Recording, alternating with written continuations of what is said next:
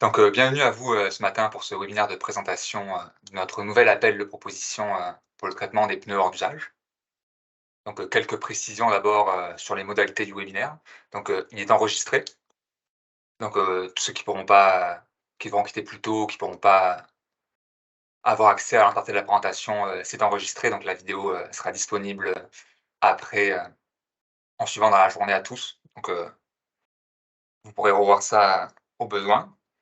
Donc Comme mentionné, les micros et les conversations sont désactivés pour éviter, trop de trop de bazar, mais vous avez une section, Q&R qui est accessible en haut, via Teams. Donc vous pouvez laisser des questions, vous pouvez poser des questions et ces questions-là, soit je les répondrai, au cours de la présentation, soit si elles sont un peu plus poussées, que ça mérite une réflexion, on les compilera et on enverra un document, à l'ensemble des participants aussi, pour répondre, à toutes les questions, qui n'auront pas pu être répondre qui n'ont pas pu être répondues pendant la présentation. Donc je vous invite, si vous avez des questions, n'hésitez pas à laisser là en haut, vous avez, le petit onglet avec un point d'interrogation, Q&R, vous pouvez créer un petit billet, vous pouvez le faire. Ensuite, un autre point, avant de commencer, donc tout ce qui va être présenté, ici et tous les documents qui sont mentionnés vont être disponibles en ligne sur notre site internet, dans le courant de la journée aussi. Ce webinaire-là, c'est vraiment plus pour, présenter les choses, mais le gros de l'information, les détails de l'information sont disponibles à tous, comme pour tous les programmes d'aide financière de Recyc Québec sur notre site internet. Donc vous pourrez, aller voir plus en détail en suivant aussi.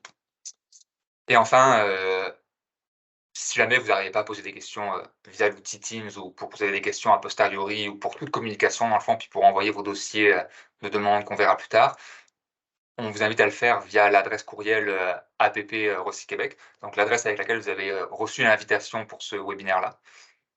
Donc toutes les communications, relatives à cet appel de proposition-là doivent passer par ce courriel-là. Pour soumettre vos demandes, ce sera par ce courriel-là. Si vous avez des questions, des choses à faire, je sais qu'il y en a déjà qui ont posé des questions, avant le début du webinaire via ce courriel-là, donc vous pouvez le faire, ça tombe dans votre équipe. Donc c'est vraiment, une adresse unique pour, ce projet-là. Et enfin, on a prévu, une plage d'1 heure pour ce webinaire-là, pour, laisser le temps de présenter. Là, si ça finit plus tôt, on terminera plus tôt, puis c'est juste pour présenter les grandes lignes. Donc si tout est bon, on va commencer. Déjà, pourquoi est-ce qu'on fait ce webinaire aujourd'hui-là? C'est pour présenter notre nouvel appel de proposition. Comme vous le savez peut-être, on procède par, cette forme-là depuis quelques années pour, attribuer une aide financière pour le traitement des pneus, de la province et l'appel précédent, couvrait la période 2021-2023, donc il va arriver à échéance, à la fin de l'année 2023, en décembre 2023. Donc il faut renouveler, cet appel de proposition-là pour la période 2024-2026, donc 2026 qui est la fin du décret actuel du programme, donc ça sera renouvelé ensuite, mais on rouvre pour une période de 3 ans, pour le traitement des pneus dans la province. Et on voulait, prendre le temps aujourd'hui de présenter un peu ça aux membres de l'industrie maintenant, plutôt que juste, publier, un document sur notre site web. On voulait prendre le temps de l'expliquer de vive voix parce qu'on va le voir au fur et à mesure de la présentation. Il y a quelques petites nouveautés cette année, aussi, donc on trouvait ça bien de prendre le temps d'expliquer ça à tous une première fois. C'est pas mal ça. Donc qu'est-ce de quoi on va parler aujourd'hui? On va parler un peu du contexte dans lequel s'inscrit cet appel de proposition-là. Un petit peu, puis c'est quoi un peu les raisons qui ont motivé, la forme qu'il prend aujourd'hui. Ensuite, on va parler, des modalités concrètes de l'appel de proposition, vraiment, rentrer dans le cœur du sujet. Ensuite, on verra un exemple pour illustrer tout ça, puis on terminera avec une petite conclusion et puis, répondre aux questions, si jamais il y en a. Une mise en contexte pour commencer. Les objectifs du programme des pneus, donc beh, comme vous le savez, le programme existe depuis les années 90 là, puis son objectif, c'est de récupérer les pneus hors d'usage générés annuellement au Québec, de les orienter vers des filières de recyclage, de remoulage, recyclage et de valorisation, donc de les orienter en fonction de la hiérarchie des 3 RV et de favoriser le développement de l'industrie des pneus hors d'usage au Québec dans une perspective d'économie circulaire. C'est vraiment ça le le cœur du programme là, c'est de gérer l'ensemble des pneus hors d'usage qui sont au Québec, pour la partie transport et pour la partie traitement. Si on fait, pour ceux qui n'étaient pas là, notre rendez-vous, l'année dernière, si on fait un rapide, coup d'œil sur quelques grands chiffres, du programme. Depuis son existence en 1993, il a permis de récolter, 161 millions de pneus, en comptant les chiffres de 2022. qui ont été acheminés vers différentes filières de traitement. Et en 2022, on a récupéré en gros 8 millions de pneus qui ont été, pareil, un peu comme en 2021 aussi. Donc en gros, le programme, en ce moment, ça représente à peu près 8 millions de pneus par an. Et donc, en équivalent tonnes, ça fait entre à peu près 99 000 tonnes, 100 000 tonnes, à peu près. Donc ça fait des pneus et on voit que la quantité de pneus tend à augmenter dans les dernières années. Donc on voit surtout depuis les années, mais surtout en fait depuis qu'il y a eu l'instauration de la loi sur l'obligation de changer les pneus d'hiver. Je sais pas exactement quand ça remonte, mais on voit vraiment depuis, 2007, enfin en fait depuis 2015, 2016, 2017, vraiment une augmentation du volume de pneus par année, qui s'explique tout simplement parce qu'il y a plus de pneus à recycler, parce que la population québécoise augmente, le parc automobile québécois augmente, donc il y a de plus en plus de pneus en circulation et il y a aussi de plus en plus de gros pneus, donc on le voit avec la tendance, à les gens aiment de plus en plus, les VUS et les voitures électriques et ces véhicules-là ont souvent des pneus un peu plus gros, en poids. Donc globalement, il y a une augmentation de la quantité de pneus, par an qu'on récupère et dans le même temps, on a aussi un bon système de récupération. Maintenant le programme, ça fait, comme on l'a dit, plusieurs années qu'il est en fonction et on commence à arriver vraiment à un beau rythme de croisière et on a des centres de traitement qui sont de plus en plus performants et de plus en plus, bah, performants. Donc on arrive malgré cette hausse des quantités-là, on arrive à l'absorber, surtout dans les dernières années, parce qu'on a des centres qui sont là depuis vraiment longtemps, puis qui arrivent à fonctionner, puis on a des nouveaux joueurs aussi qui ont réussi à prendre le train en marche, comme on dit. Et donc malgré cette hausse du volume de pneus, on arrive toujours à maintenir des taux de recyclage et de remoulage vraiment élevés. Donc on arrive dans les dernières années à éviter au maximum la valorisation pour s'en aller, vers le recyclage et le remoulage, donc retomber dans cette hiérarchie des 3 RV, étant à la base du programme. Et donc on est un peu dans cette situation où on a une quantité de pneus qui augmente, donc on a de plus en plus de pneus à traiter par année, mais nos besoins de centres de traitement, augmentent aussi. Donc nos centres de traitement grossissent, puis ils se développent, puis c'est ça qu'on veut. Et ils ont des capacités de traitement qui commencent à dépasser la quantité de pneus qu'on a à offrir. Donc ce n'était pas le cas pour ceux qui étaient là dans le programme il y a vraiment des années, c'était pas forcément le cas. On avait, plus de pneus que de personnes pour les traiter. Et là, on se retrouve dans les dernières années, une situation où on commence à avoir un peu plus de personnes qui veulent traiter des pneus que de pneus disponibles à traiter. Donc c'est un peu ça le contexte général dans lequel s'inscrit cet appel de proposition-là. Et on va aussi mentionner qu'on a des nouveaux joueurs aussi, puis des nouvelles technologies qui commencent à émerger aussi. On voit des choses qui arrivent d'Europe, des États-Unis, des concepts comme la pyrolyse qui se développent dans les dernières années aussi. Puis on le voit dans nos programmes de R&D, on a des gens qui essaient de développer des nouvelles solutions de recyclage. Donc ça nous amène à ce contexte où on a une industrie qui va bien et qui a des besoins de plus en plus grands. Donc ça nous amène à cet appel de proposition-là. Donc c'est vraiment qu'est-ce qu'on a décidé de faire, pour ça? Donc les objectifs sont globalement les mêmes que la dernière fois, que pour la période 2021-2023. Donc c'est de soutenir les centres de traitement au Québec pour des activités de réemploi de pneus d'auto, de recyclage de petits pneus d'auto, pneus de camion, chariot élévateur et pour des activités de valorisation énergétique pour ces mêmes types de pneus-là. Donc on rappelle pour, peut-être les gens qui sont moins familiers, mais vraiment le programme québécois ne couvre pas tout ce qui est l'exportation des pneus hors d'usage, ne couvre pas non plus le rechapage des pneus de camion hors d'usage et ne couvre pas non plus tout le traitement des pneus qui sont, non visés par le programme, non visés par le droit spécifique. Donc tout ce qui est, les pneus, hors dimension, comme tous ces pneus-là qui ne sont pas visés par le droit spécifique, ne rentrent pas dans le cadre de cet appel de proposition-là. C'est vraiment un appel qui est concentré sur les pneus qui sont visés par le programme pour des activités de réemploi, recyclage et valorisation. Et donc, l'objectif de cette nouvelle appel de proposition-là, c'était justement pour répondre à ce contexte qu'on avait avant, de, arriver à trouver un processus de répartition équitable pour tous, donc qui permette en gros, à chacun d'avoir, une quantité de pneus adéquate pour ses activités, qui lui permet d'assurer un développement de l'industrie.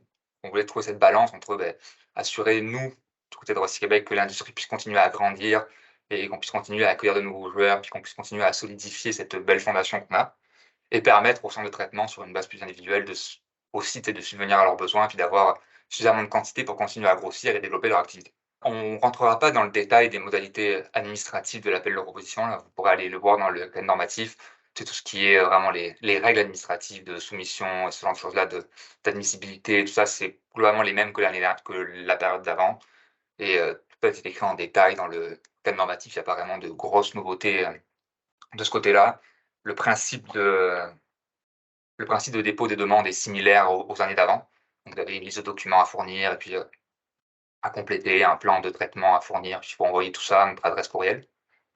Donc vraiment toutes les modalités sont expliquées, dans le document qui sera publié aujourd'hui et c'est les mêmes critères d'admissibilité aussi donc, faut être, un centre de traitement, puis il faut pas avoir les mêmes, exigences environnementales et les mêmes critères d'admissibilité. Donc faut être basé au Québec et cetera et cetera. Donc tout ça, vous pourrez le voir en détail dans le cadre normatif. Et donc on tient à insister sur le point que toute organisation qui souhaite recevoir des pneus du programme pour la période 2024-2026 doit déposer une demande complète.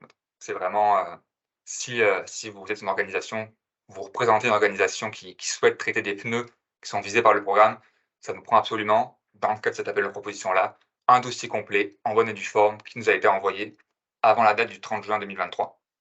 Donc c'est l'échéance qu'on s'est fixée, cette année. Donc, vous avez jusqu'à la fin du mois de juin pour, envoyer vos demandes. Si jamais, c'est pareil, c'est expliqué dans le document, là, si jamais il y a des délais pour obtenir certains documents et tout ça vous pouvez quand même envoyer une demande semi-complète, mais en précisant que les documents sont à venir et puis on pourra voir ce qu'on peut faire par rapport à ça. Mais, en tout cas, il nous faut, un dossier complet, c'est quand même, le traitement des pneus au Québec, c'est quand même quelque chose qui est encadré autant au niveau surtout au niveau environnemental. Donc il y a des exigences de ce côté-là à respecter et donc ça nous prend des dossiers, complets pour pouvoir recevoir des pneus dans les prochaines années. Ensuite l'aide financière. Donc, vraiment le 1er gros morceau, de cet appel de proposition-là. Donc, on a revu certains taux qu'on offrait à la tonne. Donc l'aide financière, pour ceux qui ne sont pas familiers, c'est, le montant que Recyc-Québec offre pour le traitement des pneus, c'est un montant en dollars, par tonne de pneus, reçus, à part pour le réemploi de pneus qui est basé sur, les unités de pneus. Donc il y a quelques nouveautés par rapport à ça cette année. Donc on a supprimé, les histoires de cibles de traitement pour ceux qui participaient à l'appel de proposition, en cours jusqu'en 2023. Il y avait des cibles de traitement en fonction de si le centre de traitement, traitait plus de 100 du volume qu'il avait demandé et cetera. On a enlevé ce concept-là pour aller avec un tarif unique. Donc, pour l'ensemble de la durée de l'appel de proposition, ce sera un tarif unique, peu importe les quantités. Mais on a réévalué un peu à la hausse certains tarifs. Donc, notamment, excusez-moi, les tarifs de recyclage, donc qui étaient à 100 $ la tonne dans l'appel de proposition actuel, qu'on a revalorisé à 115 $ la tonne. Et pareil, les tarifs pour le réemploi des pneus automobiles qu'on a revalorisé pour, les pneus remoulés à 1,25 $ comparé à 1 $. Et sinon après les autres sont restés globalement, les mêmes tarifs. Et on a aussi, comme les années d'avant, inclus un tarif pour, le recyclage et la valorisation des pneus de vélo et pour la valorisation des pneus sales. Donc on va en reparler un peu après dans les modalités, de dépôt des demandes là, mais, les pneus de vélo puis les pneus sales, c'est des pneus qu'on a mis un peu à part de l'appel de proposition. Là, vous verrez dans le formulaire de demande, vous devez indiquer, les quantités que vous souhaitez recevoir, pour chaque année, pour chaque type de pneu, donc, pneus de camion, petits pneus, pneus d'auto et pour chaque type de débouché. Mais vous ne devez pas indiquer les quantités, que vous voulez de pneus de vélo, de pneus sales. Là, on demande juste aux centres de traitement qui sont intéressés à en recevoir. On s'arrangera avec eux pour acheminer nos pneus de vélo, nos pneus sales. Là, c'est des volumes qui sont vraiment résiduels et puis, qui sont vraiment des très petits volumes comparés, au reste du programme. Donc on a décidé d'offrir une aide pour le traitement, mais de le retirer du lot de pneus à répartir. Donc ça, encore une fois, vous pourrez voir les tarifs sont marqués dans le cadre normatif, qui est disponible. Donc ensuite, au niveau des quantités disponibles. Donc là, on commence à rentrer un peu plus dans le cœur de l'appel de proposition, puis vraiment, ce qui va faire un peu les spécificités de cette nouvelle édition.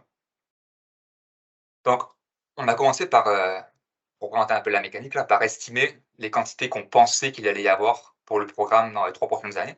Là, vous pouvez voir à l'écran, les quantités qu'on a récupérées en 2020, 2021, 2022. On voit qu'on est entre 90 et 100 000 tonnes par an.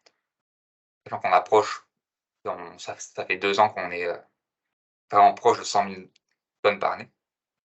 Donc on n'a pas inclus 2023 parce qu'on n'a pas encore les chiffres bien entendu, mais, basé sur les données de 2020 à 2022, on estime qu'en 2024, 2025, 2026, on aura 99 000, 100 000 et 101 000 tonnes de pneus. En fait, ce sont des estimations, c'est en aucun cas un engagement de Recyc-Québec sur les pneus qu'il va y avoir de disponibles pour le temps de traitement. Là, nous, on ne fabrique pas les pneus hors d'usage, donc on les ramasse sinon détaillants, puis on ne peut pas s'engager sur les quantités de pneus qu'il va y avoir par année, mais c'est des estimations. Et donc, première nouveauté cette année, donc sur ce volume-là on va appeler le volume de disponible de pneus, pour les 3 prochaines années, on va en réserver une petite partie pour des nouveaux projets. Donc, annuellement, Recyc-Québec va se garder à 5 du volume annuel de pneus qui va être disponible pour alimenter des nouveaux projets et des projets de R&D. Donc c'est là où on rentre dans vraiment une nouveauté cette année. Donc, si vous avez un projet qui démarre, un nouveau projet ou quelque chose qui est déjà commencé dans les dernières années, mais qui n'a pas encore vraiment rentré en roulement, vous pouvez quand même déposer une demande dans le cadre de cet appel de proposition-là, même si c'est pour juste recevoir des pneus en 2025 ou 2026. Et nous, annuellement, on va se garder justement un petit pourcentage de pneus pour approvisionner ces nouveaux projets-là. Donc on essaie de sortir les nouveaux projets, en gros, de la course aux pneus, pour résumer. Et donc on a fixé ça à 5 donc là, j'ai mis les quantités que ça représente. Ça représente en gros 5 000 tonnes par an. Si on parle d'un total de 100 000 tonnes de pneus à traiter par année, 5 c'est 5 000 tonnes. Donc faut qu'on se réserve cette petite partie-là et c'est nous qui déciderons, en fonction de la qualité des projets qu'on va recevoir et les besoins de ces nouveaux projets-là, combien est-ce qu'on en attribue par année. Donc j'insiste pour ça parce que je sais que dans l'audience, il y a des nouveaux projets aussi ou des gens qu'on soutient dans le cadre de nos projets R&D qui sont là. Donc si vous souhaitez recevoir des pneus pour les prochaines années, il faut que vous complétiez une demande complète comme un centre de traitement qui est déjà en activité. Il faut un dossier complet et votre demande sera traitée dans la voie des projets R&D et nouveaux projets. Donc tout ce qu'on va expliquer après, vous allez voir, il va y avoir un processus d'attribution des quantités, puis il y a une évaluation des dossiers, comme tout le processus de répartition des quantités de pneus qui va être décrit après ne vous concerne pas vraiment puisque vous allez rentrer dans la catégorie de nouveaux projets. Et donc on va plus établir vos besoins avec vous, puis ça va être traité à part. Mais ça nous prend quand même une demande complète, on insiste là-dessus. Donc ensuite, si on prend les quantités qu'on avait de disponibles, qu'on estimait à notre 100 000 tonnes par an, on peut en enlever donc, du coup, un 5 et on a aussi décidé de garantir un volume d'approvisionnement pour nos centres de traitement qui sont déjà en activité. Donc on en revient sur cette séparation-là de les centres, comme les nouveaux centres de traitement, des centres de traitement en activité. Par centre de traitement en activité, on entend un centre de traitement qui a reçu et traité des pneus hors d'usage du programme dans les 3 dernières années. Donc, dans l'appel de proposition actuel, dans la période 2021 et 2023, si vous avez reçu des pneus hors d'usage du programme et que vous avez traité, vous êtes considéré comme un centre de traitement actif. Si ça n'a pas été le cas, vous êtes considéré comme un nouveau centre ou un centre en développement. Et donc, pour nos centres actifs, donc ceux qui reçoivent des pneus quotidiennement en ce moment, on va calculer l'historique de traitement sur ces 3 dernières années-là. Vous allez voir à la fin, je ne vais pas préciser, mais on va passer au travers d'un exemple ensuite, une fois que j'aurai passé la modalité, qui va permettre de mettre en lumière un peu plus, puis assurer une meilleure compréhension de ces modalités-là. Mais en gros, on garantit dans le centre de traitement actuel un approvisionnement à hauteur de 75 de leur historique de traitement des 3 dernières années. Donc sous réserve bien sûr que les centres qui sont en activité redéposent une demande, soient conformes et veulent traiter des pneus, puis veulent traiter un volume de pneus égal ou supérieur au volume qu'ils ont traité historiquement. Là. Si on a un centre qui traitait 50 000 tonnes de pneus par année, puis que là il en veut plus que 10 000 dans les prochaines années, on lui garantira son 10 000. Mais c'est plus pour les centres de traitement qui... Si un centre qui veut poursuivre ses activités à l'identique, on va garantir donc d'entrée de jeu, avant même d'analyser la qualité du dossier, puis avant même de rentrer dans les considérations qu'on va avoir après, on assure un 75 de ce volume-là. Donc si on additionne ces moyennes-là, ça nous donne encore une fois des chiffres qui sont basés sur notre 100 000 tonnes, sur nos prévisions, là, mais en gros, ça représenterait 73 000 tonnes par an, qu'on met de côté aussi pour nos centres actifs. Donc on a notre total général de pneus qu'on anticipe, on a notre petite portion de 5 qu'on met de côté pour nos nouveaux projets en développement. On a cette portion-là de pneus qu'on met de côté pour nos centres de traitement actifs. Et donc ça nous donne la quantité qui reste à répartir pour la période. Donc là, c'est les quantités de pneus qui sont en jeu dans le cadre de l'appel de proposition là. Puis on met des guillemets parce que c'est Ouais, juste en plus des quantités à répartir. Donc on estime que ces quantités-là tourneront autour entre 20 000 et 22 000 tonnes par an pour les 3 prochaines années. Et donc c'est vraiment sur ça que va se baser ce qu'on va voir après, la qualité des dossiers et le processus d'attribution des pneus de cet appel de proposition-là.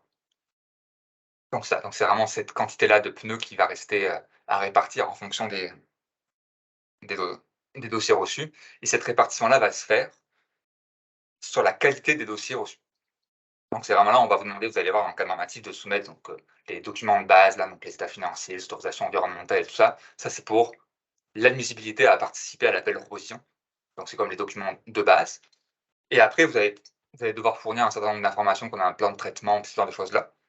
Et il va y avoir une grille d'évaluation. Nous, on va analyser chaque dossier sur la base de cette grille d'évaluation-là qu'on va voir, hop, qui est ici, et on va attribuer une note au dossier qu'on a reçu. Et donc cette note-là va déterminer la qualité des projets. Donc après, on va pouvoir classer les projets en disant: «Lui, c'est celui qui a la meilleure note, qui offre le plus grand la plus grande qualité», et puis ainsi de suite. Donc ça, c'est un processus qui est commun à l'ensemble des aides financières de Recyc-Québec, là. Si vous postulez à une aide financière pour Recyc-Québec, il y a tout le temps une analyse de la qualité des dossiers, hein, que ce soit pour notre programme R&D, pour, les autres programmes de Recyc-Québec, il y a toujours ce concept d'analyser la qualité des dossiers reçus. C'est vraiment, on l'a pas inventé, là, c'est standard à nos aides financières. Et donc là, je vous ai mis à l'écran les grandes sphères qui vont être évaluées sur la qualité des dossiers. Donc pareil, vous pourrez retrouver la grille complète, en annexe du document, avec le détail un peu des modalités de pointage, tout ça. Mais là, vous avez en gros les 3 grandes sphères, qui sont les 3 grandes, principes du programme, donc la protection de l'environnement, développement du leadership québécois et assurer une saine gestion des fonds publics. Donc qui sont les 3 missions du programme des pneus. Donc on va commencer par, évaluer la qualité de, quand on dit qualité, c'est qualité, environnementale, donc la qualité, dans la hiérarchie des 3 RV du débouché. Donc en gros, on va attribuer un pointage plus élevé, au remoulage, au réemploi, puis un pointage moins élevé à la valorisation énergétique. Donc, plus vous êtes haut dans l'échelle, plus vous avez, de points. Et on va aussi beaucoup se baser, pour ceux qui étaient là à notre rendez-vous du pneu, sur notre analyse de cycle de vie qu'on a reçue, de la CATRA, donc qui reprend un peu plus en détail, les fondements qu'on avait déjà, là, donc qui fait juste un détail sur, comme nous on raisonnait beaucoup en remoulage, recyclage, valorisation, beh, l'étude ACV vient apporter, une précision sur les différentes filières de recyclage. Quelles sont celles qui ont le plus grand bénéfice environnemental et celles qui ont le moins grand bénéfice environnemental. Donc on va aussi se baser sur ça. Ça sera, le rapport est disponible aussi pour ceux qui n'étaient pas à notre rendez-vous là, sera disponible sur internet aussi, consultation. Donc ensuite, une fois qu'on a analysé la hiérarchie des 3 AV, on va attribuer un pointage aussi pour la capacité d'entreposage du centre. Donc ça, c'est plus, où est-ce qu'on fait affaire à un gros centre de traitement ou un petit centre de traitement. Et on va attribuer un pointage aux actions relatives au développement durable. Donc, vous allez avoir dans le formulaire, une section à remplir sur les actions qui sont mises en place, dans votre entreprise, par rapport au développement durable avec différents volets. Donc plus vous remplissez, plus vous pouvez cocher de cases, sur cette section-là, plus vous aurez de votre pointage sera élevé. On reprécise aussi, c'est un en aparté, que l'obligation d'avoir l'attestation d'ici en recycle sera renouvelée aussi pour, cet appel de proposition-là. Donc si, ça sera une, on appelle ça une éco-condition, chez nous, donc vous devrez, adhérer, à notre attestation ici en recycle pour la durée de l'appel de proposition. Ensuite, les points qu'on va évaluer, donc c'est la qualité et la valeur ajoutée des produits. Donc pareil, un peu comme pour la hiérarchie des 3 RV, ça va beaucoup se baser sur, notre analyse de cycle de vie là un peu, puis, quelle est la plus-value qui est faite, avec les pneus qu'on vous envoie, donc à quel niveau ça se situe dans l'échelle de valeur. Ensuite, on va évaluer la capacité de traitement du centre, donc un peu comme pour la capacité de stockage, là, c'est est-ce qu'on a des joueurs de grosse taille, de petite taille. Et un autre point qu'on trouvait important, à mettre là, puis tout ça, c'est des points qui étaient, globalement déjà là dans l'appel de proposition précédent. On n'a pas réinventé la roue, là, on a ajusté un peu quelques pourcentages, puis on a quelques formulations, puis quelques dans le détail du pointage, c'est un peu, légèrement modifié, mais globalement, c'était exactement les mêmes, grands points qui étaient évalués dans l'appel précédent. Donc pas de grandes nouveautés, mettons, pas d'inquiétude à avoir là-dessus. Donc on va évaluer la qualité des marchés et le réalisme des quantités. Donc ça, en gros, ça vous allez devoir soumettre un plan de traitement qui détaille un peu, beh, qu'est-ce que vous comptez faire avec les pneus que vous allez recevoir, puis, à qui vous comptez les vendre, quels sont vos partenaires d'affaires, et cetera, et cetera. Donc on veut s'assurer que, beh, les pneus qu'on distribue à des centres de traitement, soient vraiment utilisés, puis qu'ils trouvent une fin de vie utile, puis qu'ils ne restent pas entreposés dans des piles quelque part. Et enfin, on va évaluer, quand on dit on a des analystes financiers chez Rossi Québec qui vont analyser vos états financiers. Donc il faut soumettre à chaque demande les états financiers des 3 dernières années, vérifiés. Donc pour les centres qui sont déjà avec nous, pareil que d'habitude, pour les autres, on pourra s'en parler, mais il nous faut des états financiers vérifiés des 3 dernières années. Pour les entreprises qui sont en démarrage, il y a des modalités, pareilles qui sont inscrites dans l'appel de proposition, pour y fournir, comme c'est commun aux aides financières de Rossi Québec, là, on pourra s'en parler, vous pourrez nous écrire. Mais en gros, nos analystes financiers, ils vont passer au travers de ces états financiers-là, puis ils vont évaluer la capacité financière de l'entreprise. Donc, ils vont attribuer une note à ça. Et en concertation avec eux, on va aussi un petit pointage sur le risque posé par le centre de traitement. Donc, est-ce qu'il y a un gros historique environnemental, financier, ou comme on voit ça, une évaluation du risque que pose cette demande. Donc, une fois qu'on a rempli cette grille-là, on va avoir un pointage qui va être sur 100, donc 95%, 80%, 75%, une note sur 100. Donc, comment est-ce qu'on va attribuer les quantités basées sur cette qualité-là? Donc, vous vous rappelez, on a notre quantité générale de pneus qu'on estime, le pourcentage qu'on attribue à la R&D, le pourcentage qu'on met pour nos centres de traitement actifs, on garantit un approvisionnement minimal, et donc ça nous reste les quantités à répartir. Et donc là, on va prendre les notes de chaque dossier qu'on a reçu. Cette note-là va servir à attribuer une part de marché, donc un pourcentage en fonction du classement du dossier. Donc, mettons qu'on est, vous allez voir dans l'exemple après. Je ne vais pas vous laisser, on verra dans l'exemple. Mais en gros, la note que vous allez avoir à votre dossier va vous attribuer une part de marché. Et donc, on va mettre ça dans une formule mathématique qui a l'air compliquée, vous allez voir dans le rapport, mais qui est au final très simple. On va prendre cette part de marché gagnée pour 2024-2026. On va lui attribuer un facteur de 0,8, donc 80%. Et on va prendre la part de marché historique du centre de traitement, auquel on va attribuer un coefficient de 0,2, donc 20% du poids de la note. Et donc, ça va nous donner une nouvelle part de marché, en gros, donc, où la qualité du dossier qu'on a reçu pèse pour 80%, et on voulait quand même garantir aussi au centre de traitement historique que ce soit pris en compte. Quelqu'un avec qui on fait affaire depuis 15 ans, on voulait quand même que ce soit quelque chose qui soit valorisé dans notre processus d'attribution aussi. Donc en gros, on met ça dans la formule, et ça va nous donner une nouvelle part de marché. Et on va multiplier cette part de marché-là aux quantités disponibles. Donc mettons que vous avez, on va voir dans l'exemple, vous avez, mettons à la fin, 30% du total qui reste. Donc vous allez, on va faire ces 30%-là fois la quantité de pneus qu'on estime disponible, et ça va être la quantité que vous allez avoir en plus de votre approvisionnement minimal. Donc ça a l'air un peu fou comme ça, on va passer à l'exemple de suite, vous allez voir, ça va être de suite plus clair.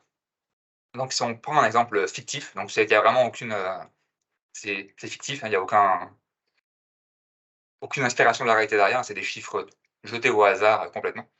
Donc on a 4 centres qui soumettent un dossier dans cet appel de proposition-là, les centres A, B, C, D.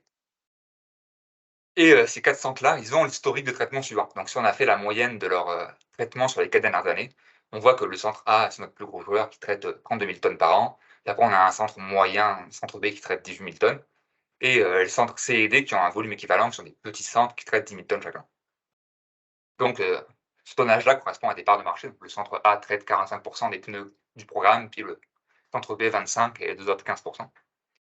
Donc, comme on dit, on va garantir à ce traitement-là un approvisionnement minimal.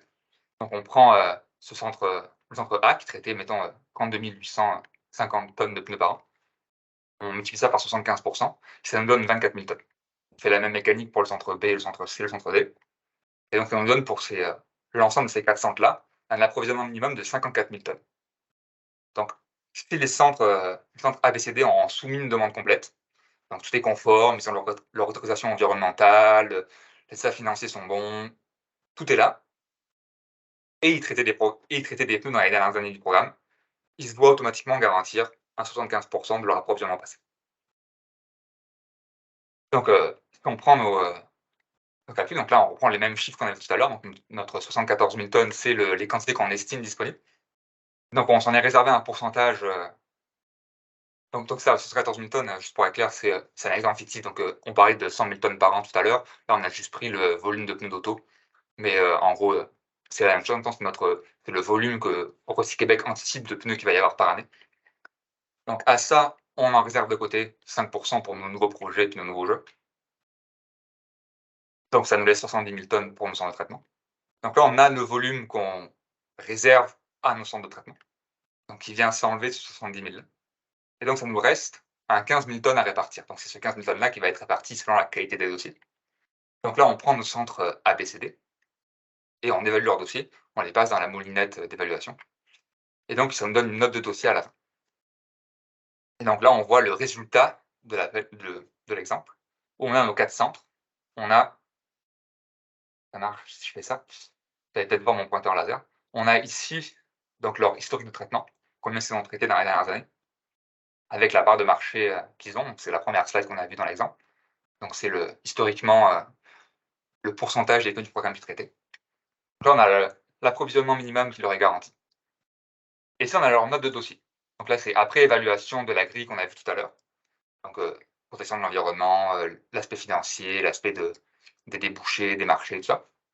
On a attribué une note à chacun de ces dossiers-là. Et cette note-là se transforme en part de marché gagnée. Donc la formule est très simple, c'est en gros le premier à la plus grosse part de marché et le dernier à la plus petite part de marché. Là, on l'a mis à 0 dans l'exemple. Et donc on voit que le centre D, il a eu la note de 95% son dossier, donc un dossier presque parfait. C'est le meilleur dossier, donc c'est lui qui remporte la plus grosse part de marché.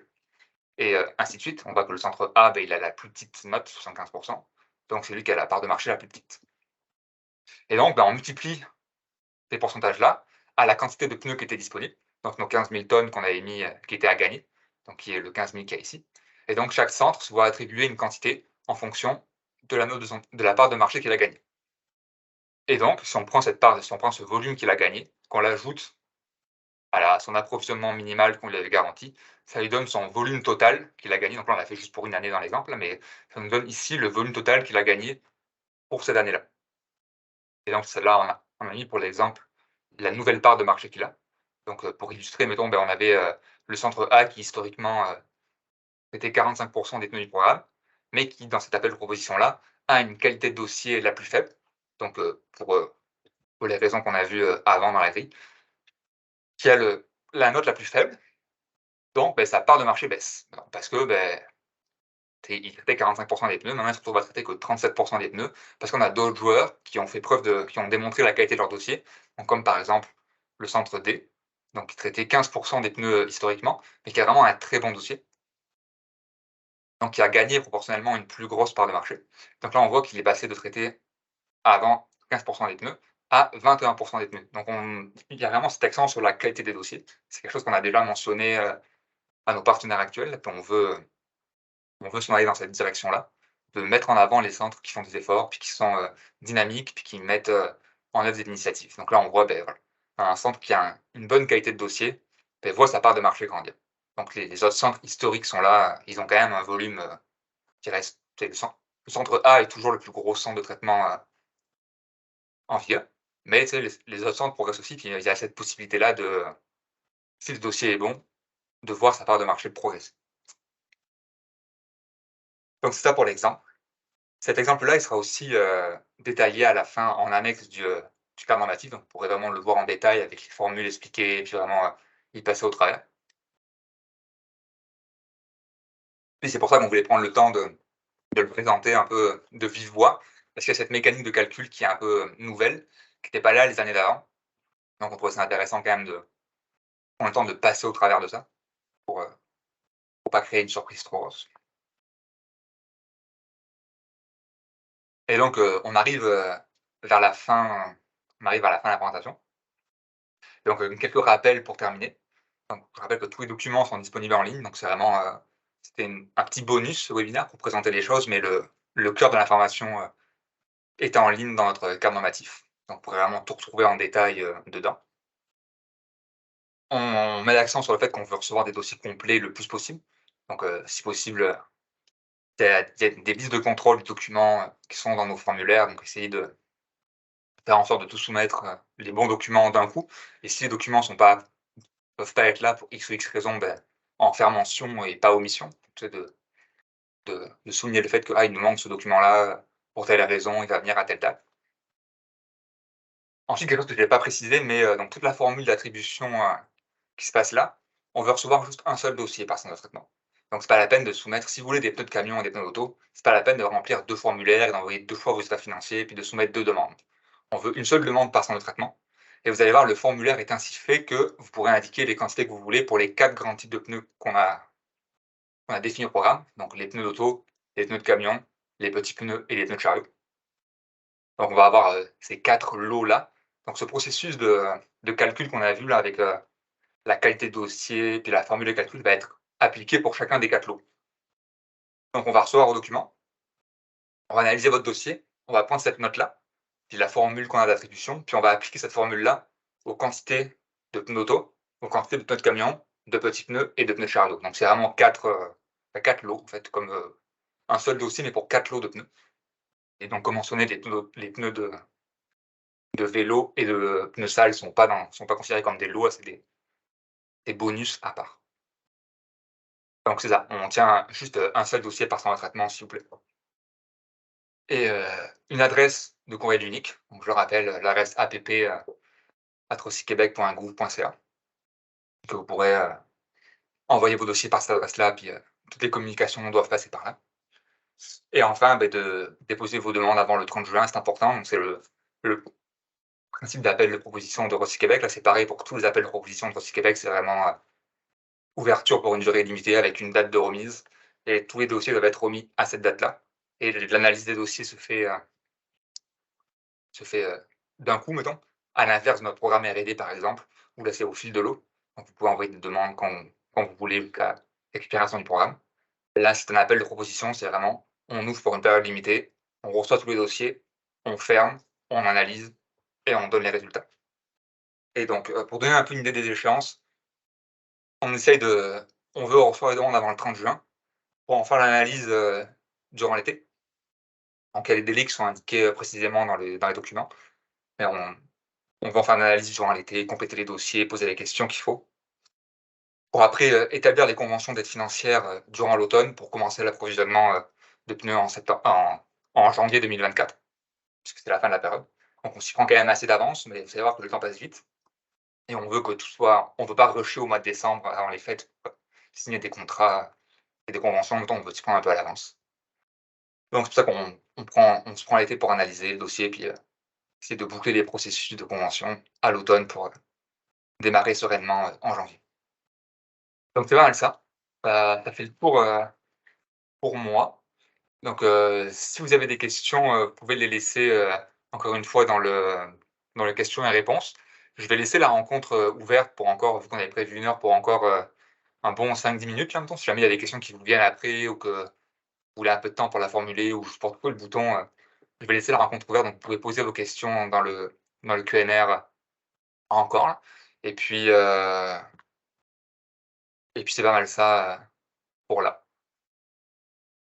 Je vous invite à aller voir, notre site web où vous pourrez retrouver l'information.